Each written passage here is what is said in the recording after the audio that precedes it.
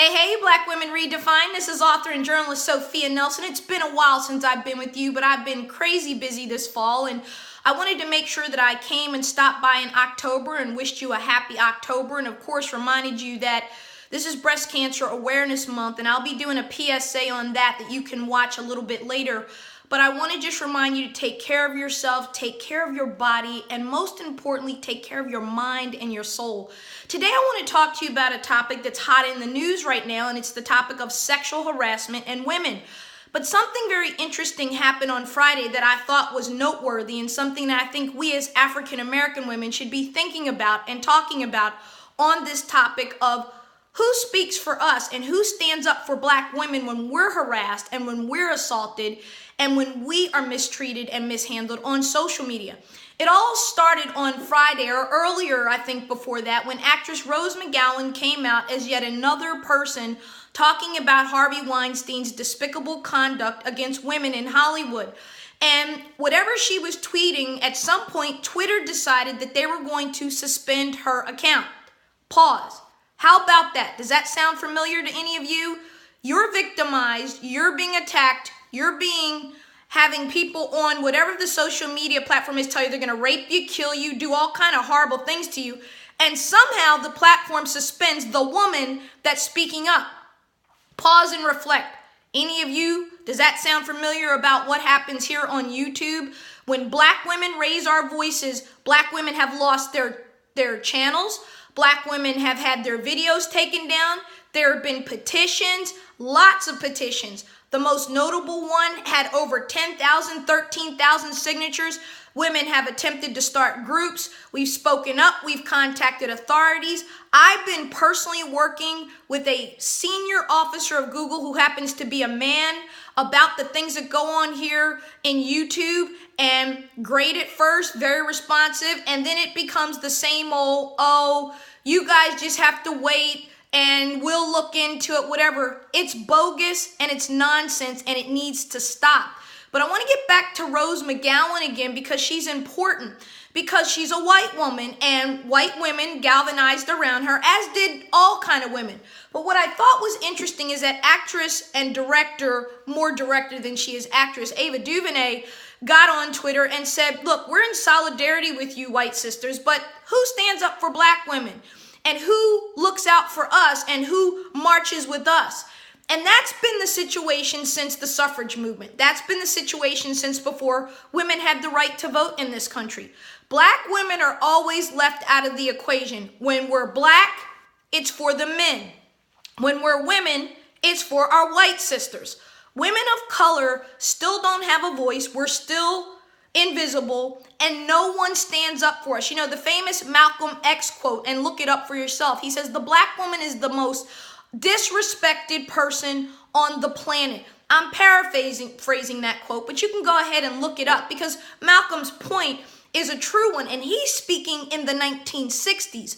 We're in 2017. You would think we had made progress.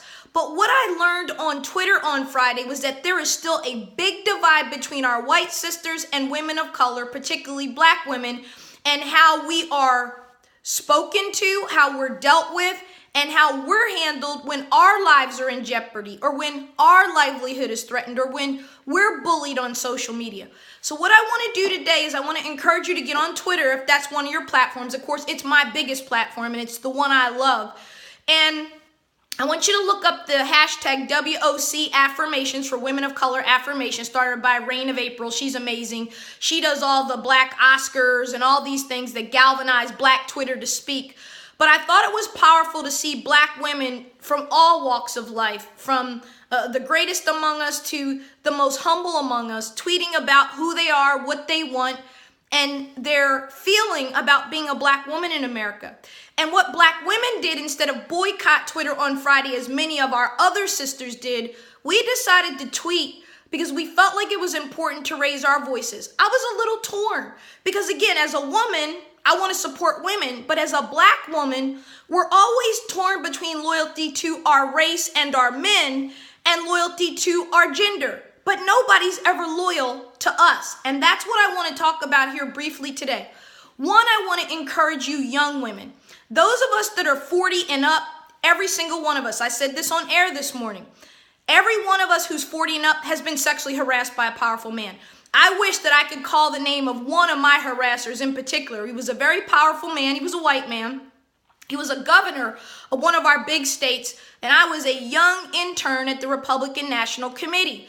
And I'm never going to forget it as long as I live, because it's one of those moments in your life, and we've all had them. If you're a professional woman and you work in the workplace, you've dealt with this. A man swatting you maybe on the bottom, or touching you, or telling you to come with him somewhere, or subtly suggesting that if you play along and go along, he can help advance your career. But if you don't play ball, you'll find yourself out of work.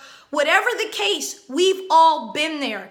And it's not pretty, because a woman often has to choose between her livelihood and feeding her kids, or helping manage her household with her husband, or caring for elderly parents, and some ogre of a man who's being ghastly and a beast and just being oppressive and disgusting, like Harvey Weinstein, like Donald Trump, like Bill Cosby, and unfortunately, like former President Bill Clinton.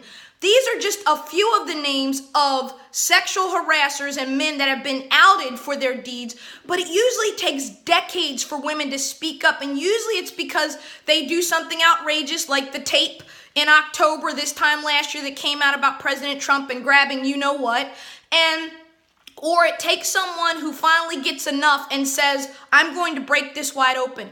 Listen to me, young women. You do not have to take this. You do not have to take it. If some man touches you inappropriately in the workplace, if he threatens you inappropriately, if he corners you in his office, if he invites you to his hotel room, if he invites you to stay after hours, those are red flags. You should always have another man with you or a woman with you where humanly possible. If you're working late at the office, make sure that there's someone with you. You have a boyfriend, you have a husband, tell him to come and read in the lobby or sit in your office with coffee while you're in the conference room working with your boss. You can do that stuff now. When I was coming up in the 90s, you couldn't do it. And if a man sexually harassed you, you knew that you were going to make a choice between standing up for yourself or your career. I can tell you, I've been blackballed before. Many professional women have. Michelle Obama has, Hillary Clinton has. I can keep dropping names of women that I know personally in the media. Some of the most famous journalists you see, women like Barbara Walters and others, when they were coming up, there was no recourse. If you spoke up, you were going to be ruined by that powerful man, and women knew it. Some tried to fight, some tried to speak. It seems to me, from what I can tell about Harvey Weinstein, women were speaking up forever, but nobody wanted to hear them. It's the same with Bill Cosby and others. But that's really not my point. What I want to encourage us as black women to do is a few things. First of all, social media is becoming a huge problem for companies like Facebook, Google, Twitter, and others. Women are starting to push back. Black women, we need to push back also. You know, I saw a video here on YouTube as I was perusing a couple months ago, and someone had this ridiculous caption: "Is Sophia Nelson a liar?" saying that black women haven't spoken up on YouTube. That's some nutcase, and we don't respond to nutcases. We all know that's not how I feel. We all know that's not what I think. We all know that's not what I've ever said. I am proud of the black women who have stood up on this platform, me being one of them. I'm proud of the women who've been brave enough to go and file charges against someone and have the police involved or the FBI involved. I'm one of them. But here's the thing. You can't fight every stalker you have. You would spend your whole life trying to make YouTube videos to punch back and say bad things back. That's not going to work. You would spend your whole life trying to file lawsuits against people and go to the FBI and go to these social media platforms. And although those things are effective, you can't spend your whole life trying to chase people who are trying to be nasty to you and bully you and stalk you and harass you. So if it's on social media, the first thing you have to do is the first thing I said when we started this early last spring, when I was on a platform with Miss Karazin and her platform that she so graciously extended at that time. And the reality is that there's not a whole lot you can do other than report it. You can write letters You can get lawyers involved. If you know people, you can try to run it up the chain. But what these companies really need to feel from us sisters is they need to feel those advertising dollars pulled. They need to feel the heat of a class of women, black women, a protected class in the Constitution, under the rights Constitution as it was amended, of course, not how it started. Let me be clear, because somebody will check me on that. And the reality is that it's advertising dollars. And I can tell you, because I'm seeing it, and I saw it on Friday on Twitter, and I was proud of my white sisters and I was proud of my black sisters, because what we all did was said, we're not taking this anymore.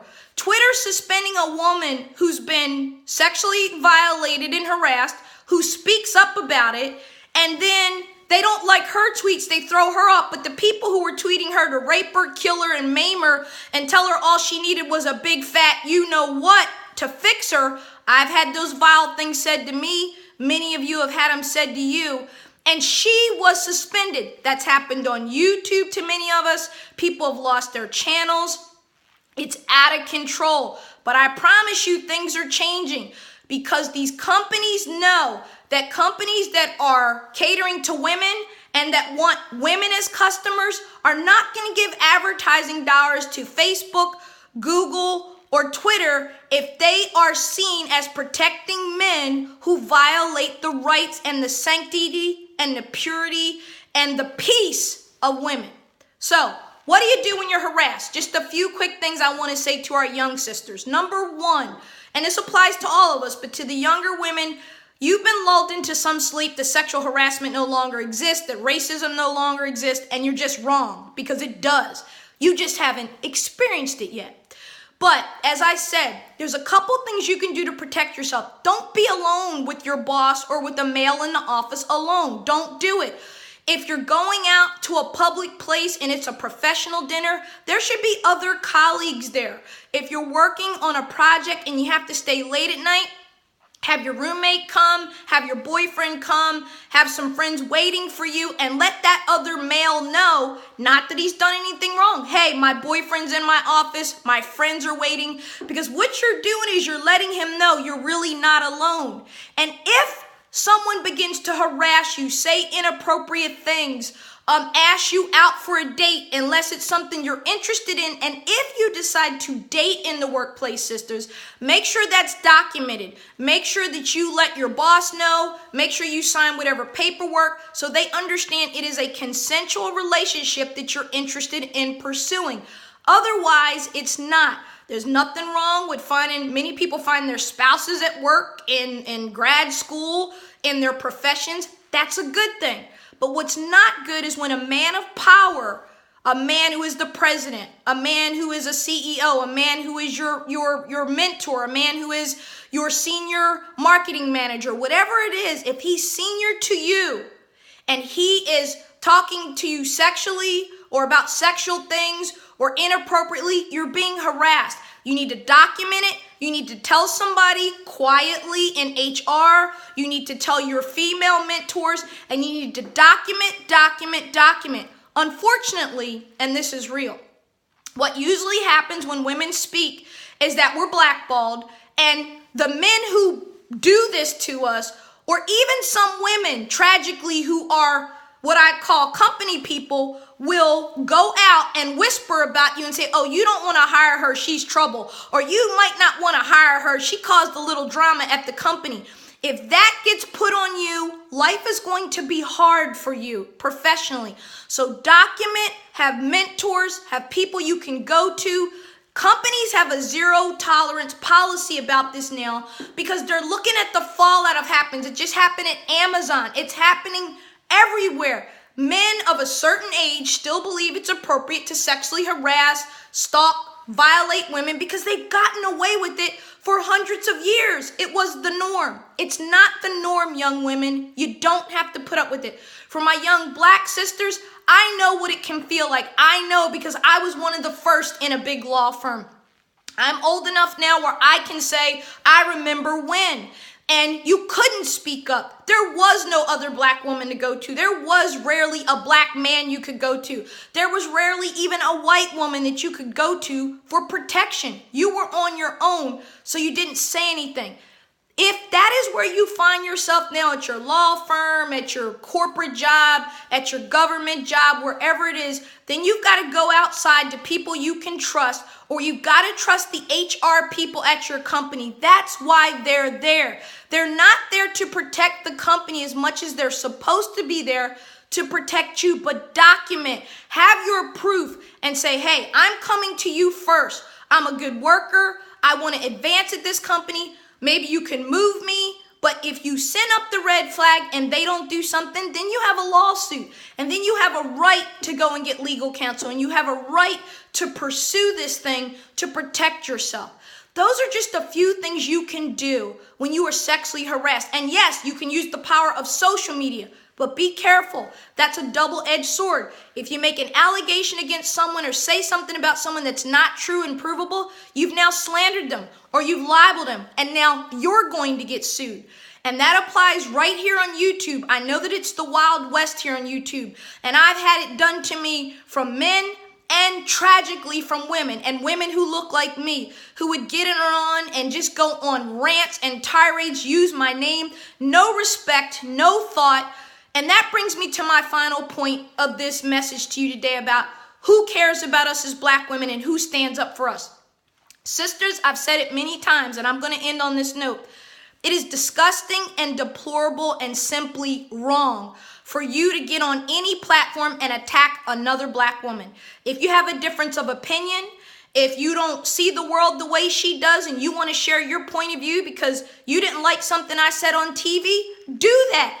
This is America. You do have free speech. You have a right to have an opinion about something someone says. We do it every day to the president. What none of us ever has a right to do is get on and demean and harass and berate any human being. It's just wrong. Would you want it done to your son or daughter? Would you want it done to your mother or your sister or your aunt? No, you wouldn't. So don't do it. One of my biggest issues with us as black women, and I hear it so much now that it's alarming to me. When I wrote Black Women Redefined, now 6, almost 7 years ago, it was an issue then. But it's gotten a lot worse because sisters use social media to bully. Sisters get on YouTube and destroy other black women. So how can we possibly go and say we want white women to treat us better, white men to treat us better, black men to treat us better when we treat each other like dirt? Think about that the next time you get on YouTube and go off and say, I'm coming for you, or I'm going to get you, or I'm going to take you out, or she's a bee, or blap, blap, blap, or blap, blap, blap. You only make yourself look insane. You know that, right? Don't you know that employers look at these things? Don't you know that people watch these videos and they're watching what you say and do?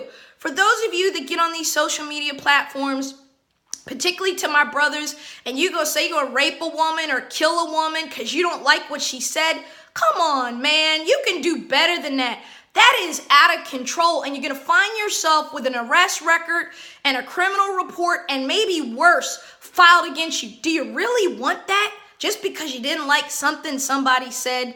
I think you guys get my point. Listen, I've said this many times before. We are all we have. Friday, black women across the country stood up and said, we're not going to boycott Twitter and back up white women because they never back up us. I hope that that's something we can sit down and talk about as black and white women. I hope that's something we can change. I hope that we can come to a place as women where we lift each other as we climb, where we have courageous conversations, and where we actually stick up for each other and stand up for each other when one of us speaks up and says, enough. Sisters, we are all we have, and it's time for us to start standing up and putting pressure on all of these companies collectively. Stop fighting each other and start standing up for one another. I love you guys. We'll talk again soon.